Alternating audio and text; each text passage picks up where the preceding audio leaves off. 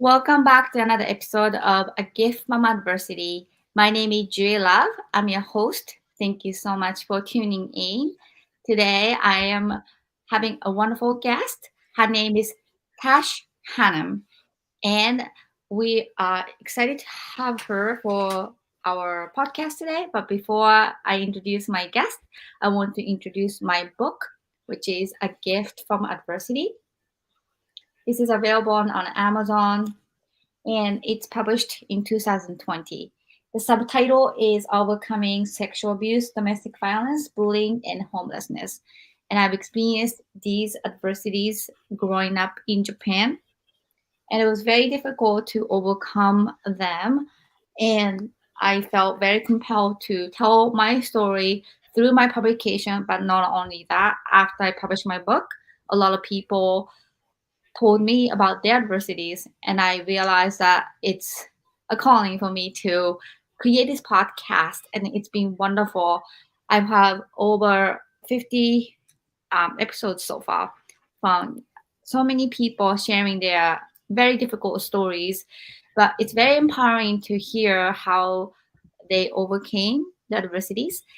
And guests are from all over the world. And today is also, I have an international guest. I'm very excited to have her. So let's introduce tonight's guest. Hi, Tash. How are you doing? Hello, Juri. Thank you for having me on your show today. I'm really excited to be here. Absolutely. Can you please tell our audience your name and where you're from, where you're located, and what you do? Sure. So, my name's Tash, and I'm actually based in Australia. So, in the west coast of Australia at the moment, in the beautiful southwest. So, down near the Margaret River wine region. Some of you might have heard of the wine from that area and the surf. So, right near the coast. I was actually born on a little island in the Pacific, which many of you probably haven't heard of. It's called Niue, and it forms part of the Polynesian islands. So Fiji is probably another one that's more commonly known. Niue is one of the smaller nations within that Polynesian pocket. I was born there, but I've lived in Australia most of my life. That's where my dad's from. But my mum is from Niue. So I'm looking forward to taking my children back there soon to spend some extended time and learn that side of the culture. And I'm an intuitive coach. I have a niche working with women, and that's a real passion of mine. And it's based on my own journey and my own path that I fell into, which we'll talk about later on. And so my passion really is just working with women, supporting them on their healing journey and empowering them and giving them the tools to do that. And I think just in terms of being able to find me, that was the other thing that you asked, Juri. Was it just where to find me? So yeah, Tash, if you have a social media handle, website that you can share with our audience, that would be great. Yeah. So I actually started out writing a blog, which is why my handle is called @tashdiaries. And you can find me on the main social media platforms. So Tash Diaries is through Facebook, through Instagram, and actually my website is tashdiaries.blog. So I'm very active on the socials and love to chat to different people and hear their story. And so reach out anytime you want to get in touch. Wonderful. So let's dive into our main topic, which is the adversity. So can you please tell our audience what was your adversity? Yeah. So it's funny when you think about adversity, and I've heard some of your other interviews, and people don't always recognize at the time that that's what's happening. It's just that you're in the moment, and it's only after the fact when people start to show an interest in your story that you realize, oh, okay, this is what's happened, and it is a gift. It's interesting that my adversity started about 3 or 4 years ago after the birth of my third child. And I started to get very sick, and the doctors couldn't work out what was going wrong with me. It started with just mild tenderness in my feet, some swelling, some pain. It was in specific areas, and then gradually it started to take over my whole body. And I got to a point of where I was losing weight. They couldn't get me to put on weight. My hair was falling out. I was having night sweats, and I was barely able to function. So all my physical abilities were just taken away from me. And it was a very dark time because I've always been very active. I go out, I do a lot of things, and I like to be able to do things, move around, and also like having my children, which I've got one with me now. I'm very sorry, Juri. He's going to join us. So yeah, it was just realizing that I didn't have that ability to just do what I'd always liked to do, being able to move around. And when the doctors couldn't work out what was wrong, we started to get, quite concerned. So I was sent for a whole bunch of tests, all these tests I'd never heard of before. And in the end, they said they were looking for cancer. So that's what I was faced with. What it actually ended up being was that my autoimmune system had somehow been triggered by the pregnancy or the birth of my third child, and that it had just got to a point where it was so out of control that they thought something additional was happening in my body. Hang on a minute, button. So so there was a big grief journey for me to realize that a lot of the things that I took for granted, being able to walk, being able to drive my car, being able to lift my baby out of the cot, not being able to breastfeed anymore, lots of these things were stripped from me, and it was quite a lonely time. It was also during the height of the COVID lockdowns in Perth in Western Australia, so people weren't able to come and visit and provide assistance. So it was really a lot of time going inward, and and it was really through that pain that I had the opportunity to learn, more about myself, and recognize that perhaps some of these other identities that I'd held on to for so long weren't actually, they were sort of blocking, I suppose, or hiding what was my true purpose. So a few years on, after some initial resistance to going on the medications and getting the help that I needed, I was very stubborn and I wanted to breastfeed. That was a big thing, and it was a big battle with the specialist to get me to go on some of these medications. I'm now on my healing journey, and really that's where I've landed now in terms of continuing to heal myself, but wanting to support others to heal. And it started with my blog. So it's interesting you talked about your book and how just by sharing your story, that alone started to open up those conversations. And for me, the blog was about being able to come to terms with what was going on in my world. And then I started to publish it publicly, and people would reach out to me and say, oh, I have this autoimmune condition and people don't understand what chronic pain's like. And suddenly, and that's really how my whole journey evolved to find this new purpose I'm on now. Well, thank you so much for sharing that. And a lot of people do not realize the complication of pregnancy and aftermath of the pregnancy, during miscarriage.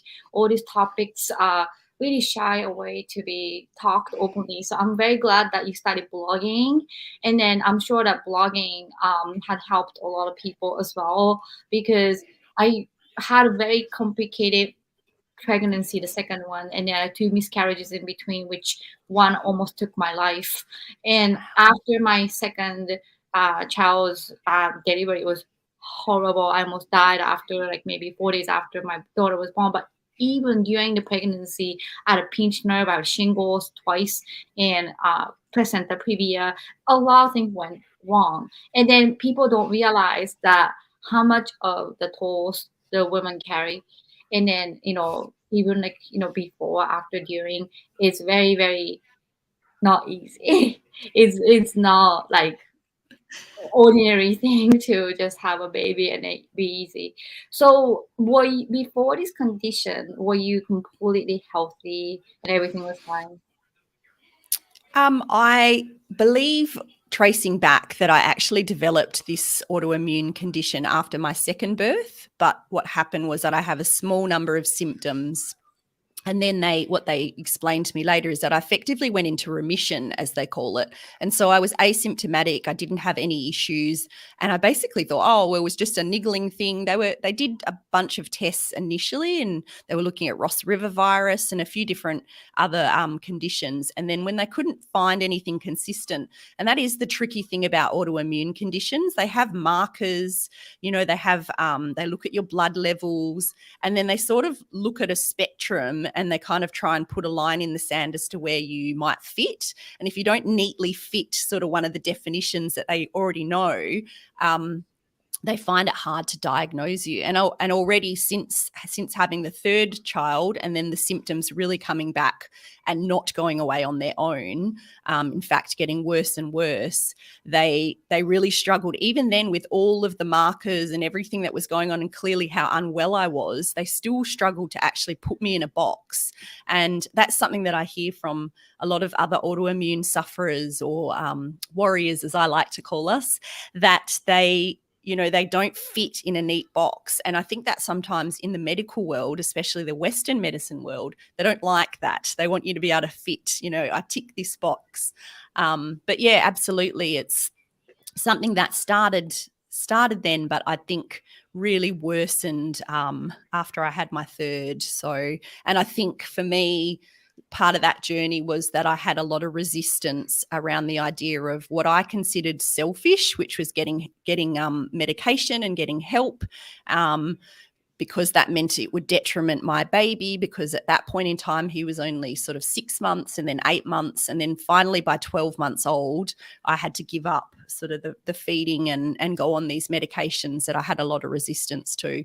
So I probably could have got help sooner, but yeah, I struggled with the idea of putting myself ahead of my children, which I know a lot of mums, and being a mum yourself, you would be able to identify with that struggle and that guilt. And I still carry that.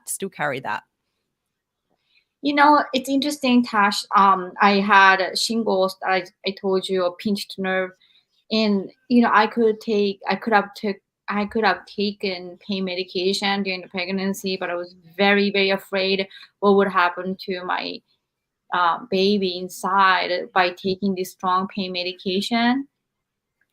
So I took the pain, not the painkiller.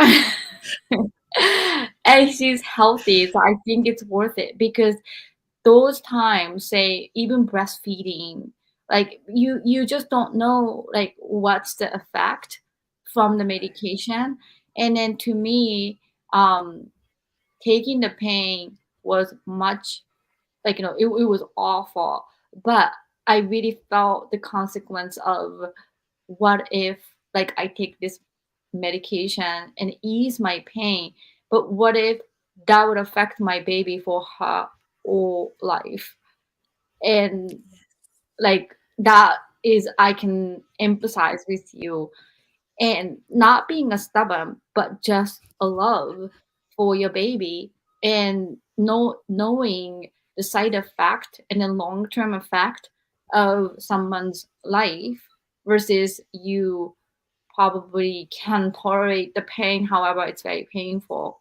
So that's kind of what I can recall, and then kind of empathize with you. Yes. And I also experienced a couple of miscarriages. It's something else that I blogged about, because I think that's another topic that society doesn't always want to hear about. And mine were predominantly early miscarriages, which in some ways, you can't really compare, one experience to another. But I think sometimes with an early miscarriage, the medical community and even people around you will say, oh, well, you weren't that far along, or wasn't meant to be. And there's all these sort of, I guess, helpful things that people try to say to help you to deal with your grief. But at the end of the day, you've still had that, beginning of a life, and at whatever point it's got to, it's almost like you're not allowed to grieve that. And so I like to talk about it and be quite open, because I think there's a lot more women, and we know statistically there's a lot more women that experience miscarriage than what you would know.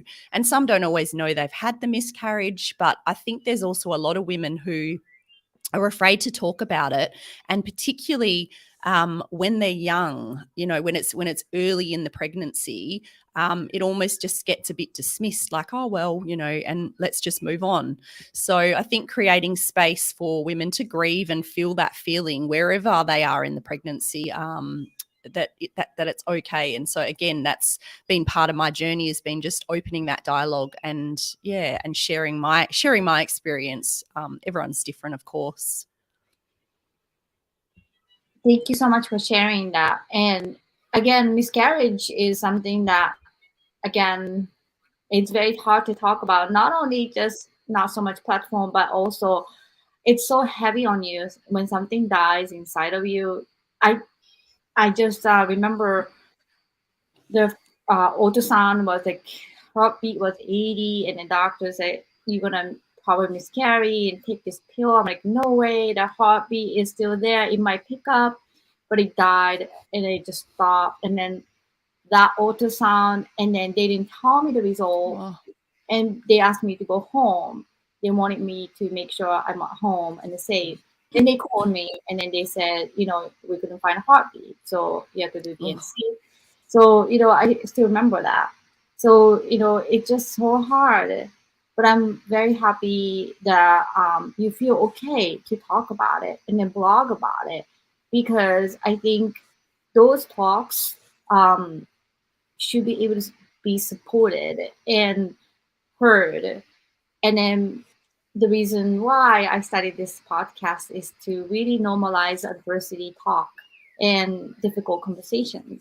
So I really thank you, Tash, for coming in from Australia. And I live in Foxborough, Massachusetts. And then um, even with the time difference, I just feel as a fellow mom and a woman that amount of risks that we carry to deliver a baby or have a baby in the process, it's just um, unbelievably hard. I mean, it seems easy, but it can really come along with the complication. Yeah, absolutely.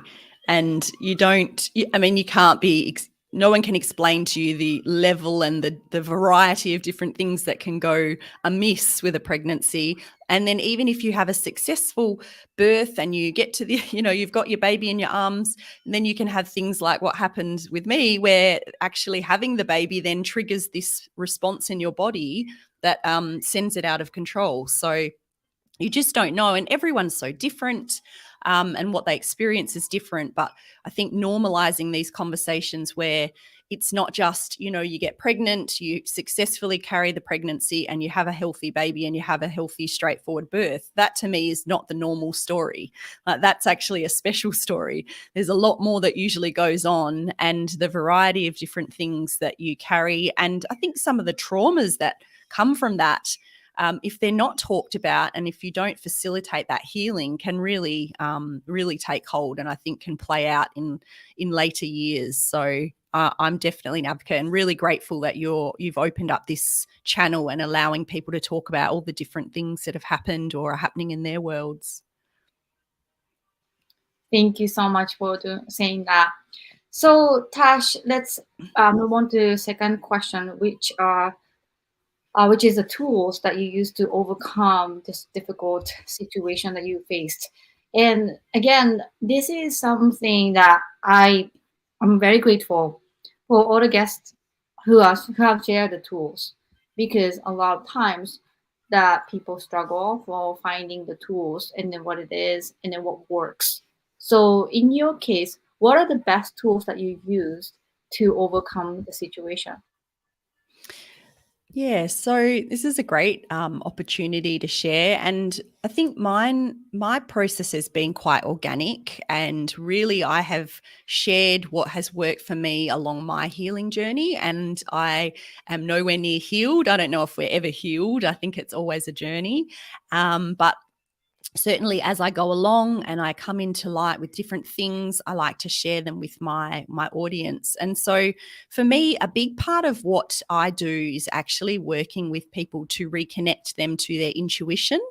And just by way of explaining that, it's really about giving people that sense of connection back to themselves and knowing what's true for them, what serves them, what's in alignment for them, and then supporting them to take action towards that. And a lot of us, especially as we become adults, as children, we're actually more naturally tuned into what's true for us. As adults, we get better at ignoring it. We get better at listening to what other people think. We get better at, denying cues. And some of that is stuff that it's actually life or death, survival intuition that you need. But otherwise, it's also just things that you can do to actually find out, what is it that's going to help me to go forward in my life and actually do what I love to do. So a lot of the tools that I offer are about tuning into your intuition, learning how to listen to it, and learning then how to take action based on that intuition. And I do that in lots of different ways. I work with women. I do women's circles, and that also in itself is a healing, is a space for healing. So women coming together, we set the circle and women have an opportunity to share about what's going on in their world. Perhaps there's things that they need to let go of, but they need a safe space to be able to express what's happening to them. Taking the opportunities to actually intentionally talk about what they want in their life. Intention setting is something I do a lot with the people I work with, and that's really powerful because it gives you a really strong definition around the purpose and the outcome of what you want to get from something. A lot of us, from what I have come across, have sort of don't really use intention setting as powerfully as you can. So having an intention around what do I want to get from even this conversation with you, Juri? Like, what do I want to get from this conversation? It might be a difficult conversation you're having with a child or a partner. It might be a meeting, or it could be something broader, like what's the intention you want to get from the next 6 months? So that's another thing that I do with women. We do that very much when we meet in circle. And the other thing, which not to underestimate, and this is what you're doing right now, is that a lot of my work in my programs and my one-on-one work and coming together with women is about just sharing your story, connecting, bringing things to the surface. A lot of the time there's things that are bubbling away. There's stuff that's sabotaging you. You don't even know that it's happening. So we take the opportunity to, and all of it's bringing that stuff to the awareness, and then looking at how you can then say, all right, I understand this is playing out in my world, or this is my pattern, this is what I do. And then taking that choice and saying, okay, well, I know that that's happening, but this is actually where I want to go, and then following that as well. So that's a lot of the work I do. And in a variety of different ways. I do meditations with women. Some of those are available as downloads through my socials. So I encourage people if they're interested in doing some meditations. And a lot of it's around focusing on clearing energy, supporting energy flow, promoting healing. And it really does puts it back on the individual, which sometimes people think, oh, I just want someone else to fix me, or I want, I don't want to have to do it. But I'm really a big advocate of you have the power. So I give you the tools and then you facilitate your healing, obviously in a supported environment, but giving that power back to the individual, because a lot of us sort of step out of our power, and that's where a lot of those problems start to play out. And then probably the other main thing I do is I support women with intuitive writing and intuitive journaling. So a little bit different to just your standard journaling, where you might open your notebook and just write down what's coming to your mind or just getting stuff off your chest. This is a bit more focused on tapping into your intuition. So I provide specific prompts around, like what is in my greatest good to know right now? What's something that's currently holding me back? Like just really kind of getting more into the crux of like what's going on and using your intuition to bring that stuff to the surface, and then allowing you to kind of either go on your day or your week. So there's some of the tools that are available, and they're just free downloads that people can grab anytime they would like to start. And then obviously I have programs where I do more specific work with people. So power of intention. Probably like I read the book Magic, and then like Law of Attraction. Sorry. Hi. That's okay. We are all live. So. What's your name? What's your name? This is Nicholas. How are He's my you? baby. He's Oh, number 3. well, you talked about intention and then how you overcame your autoimmune disease. And then I don't understand the connection completely of how your intention can maybe lead to healing. So I think intention is just setting the frame of what you would like to happen. And to be honest, at the time when I was really unwell, I wasn't using intention setting at all. I was very much at that point in time in my sort of deepest chronic pain.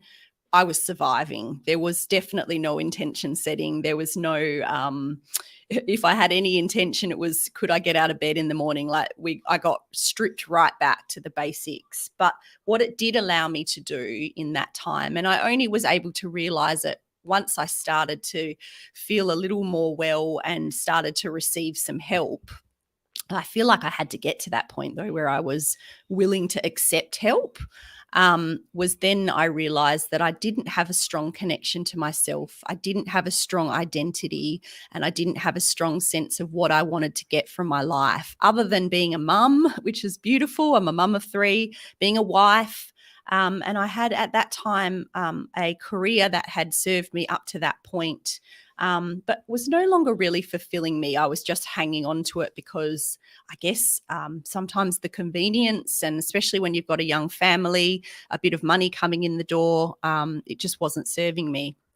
So the intention setting came, I suppose, as I started to do my own personal work and started to learn more about how powerful it can be in terms of setting this intention. So every time I do a session with a woman, every time I do a group session, even when I do a circle, we sit together, and one of the first things we do is we set an intention. So I will always set an intention about what is it that we want from this space, and then I invite the women either to adopt that intention, or they come up with, again, and it's really about that intuitive, what do they need from this today? And so it's more about understanding how that can then support you. And I think intention setting can be incredibly powerful for healing. I think you just have to understand where you are on your journey. So having the intention that that you will find the resources that will support your healing, or have the intention that you will connect with people that will empower you to tell your story. Like, there's lots of ways you could frame it, and for every person would obviously be very different. So, but I think that power of like having that intention, being really clear on what you want to get as the outcome, even having the intention of healing. Now, that's not instantly, I'm not saying that's just going to fix you, but it's when you have that sort of forward vision of that's where you want to be. And then the intuition part is where you then gradually take those steps to support that journey. So it doesn't all just happen, all right, I've made the intention, now where is it? It's more about then following those threads and following those next obvious steps to support that intention. It's very interesting to talk about intention. So in Japanese, we say itoteki. So itoteki is there are 2 Chinese characters that we use, and the I is will or like opinion. But to sometimes we use it for like a map. So maybe in direct, in very direct translation, itoteki, which is intention, is mapping your opinion, mapping your um, thoughts. So Yeah. that's kind of the 2 characters that we use in Japanese. So it's kind of, I was Yeah. thinking about that, and I was thinking about what what is the intention that you're talking about, because in Japan we have 2 intentions, which is professed intention and the real intention, which is called honne and tatemae, which is huge in our culture.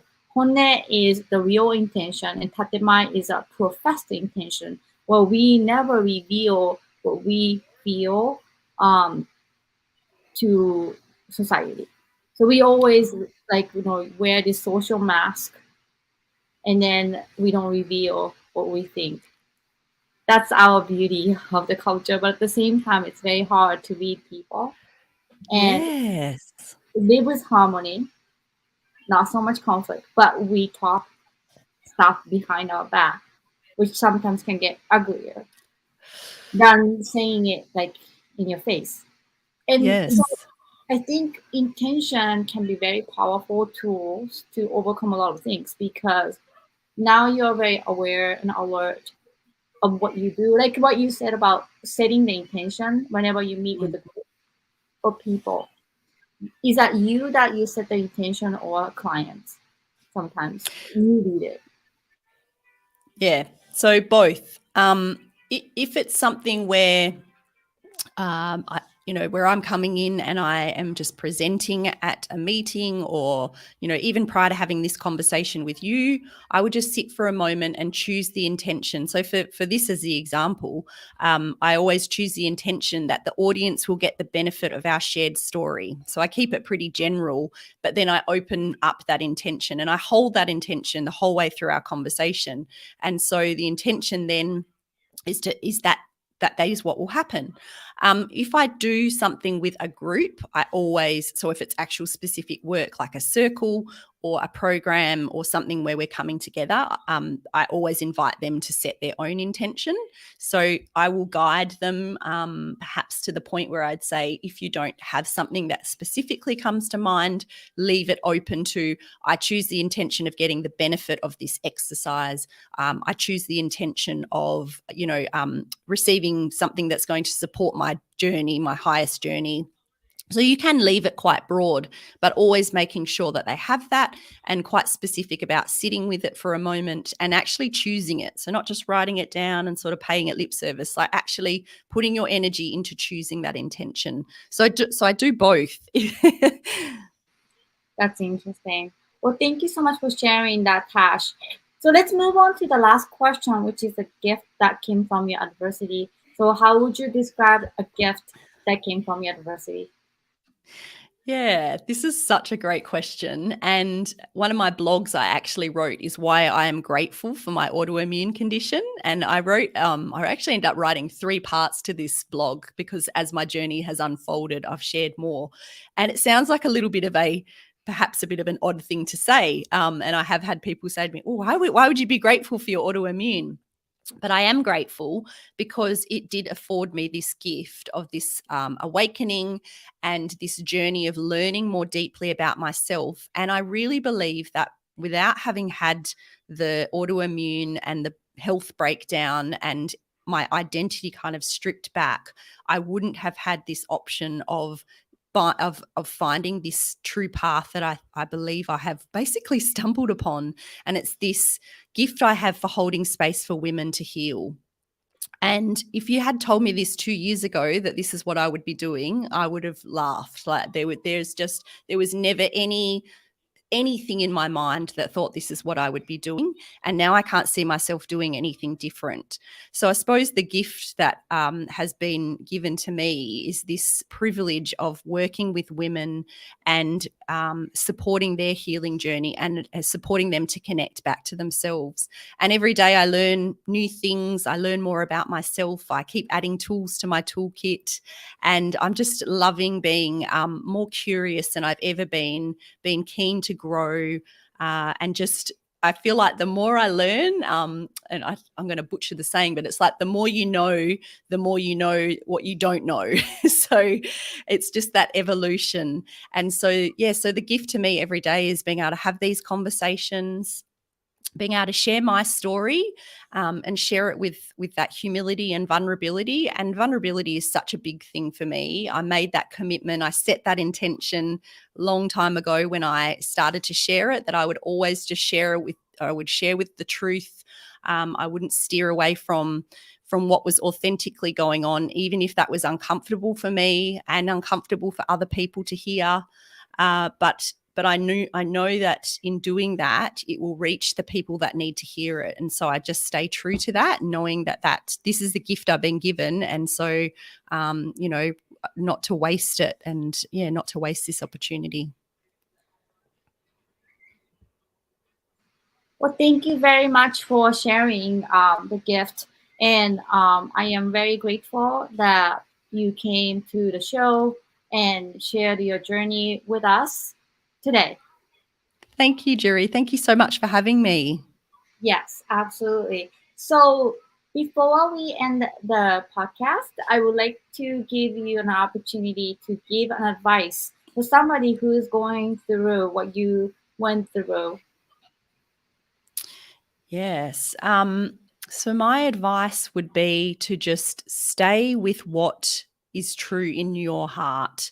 If there is something that has been perhaps niggling at the back of your mind, or there's something that you perhaps have been thinking about, but you don't know how that's going to work, or there's other things that are coming in to tell you that it can't be done or it can't be true, my advice is to follow that. And life is so short. And I think I'm lucky that at 36, I had this realization that I wanted to completely shift paths. So for me, if there's anyone out there listening and they feel like, oh, there is this thing, and perhaps pain showing up in your life, that can be a way that something is perhaps not in alignment, or an opportunity for you to have a little look at what's going on. I encourage you to do that and give it a go. Whatever that thing is, or that thing you've been putting off, or the thing you've been pushing down, just go with it. So that's my advice. Well, beautiful. Thank you so much again for your time and sharing your story on a Gift from Adversity podcast. I really appreciate you coming today and sharing all that story with us. Thank you. Thank you so much. And please keep doing what you're doing. Thank you.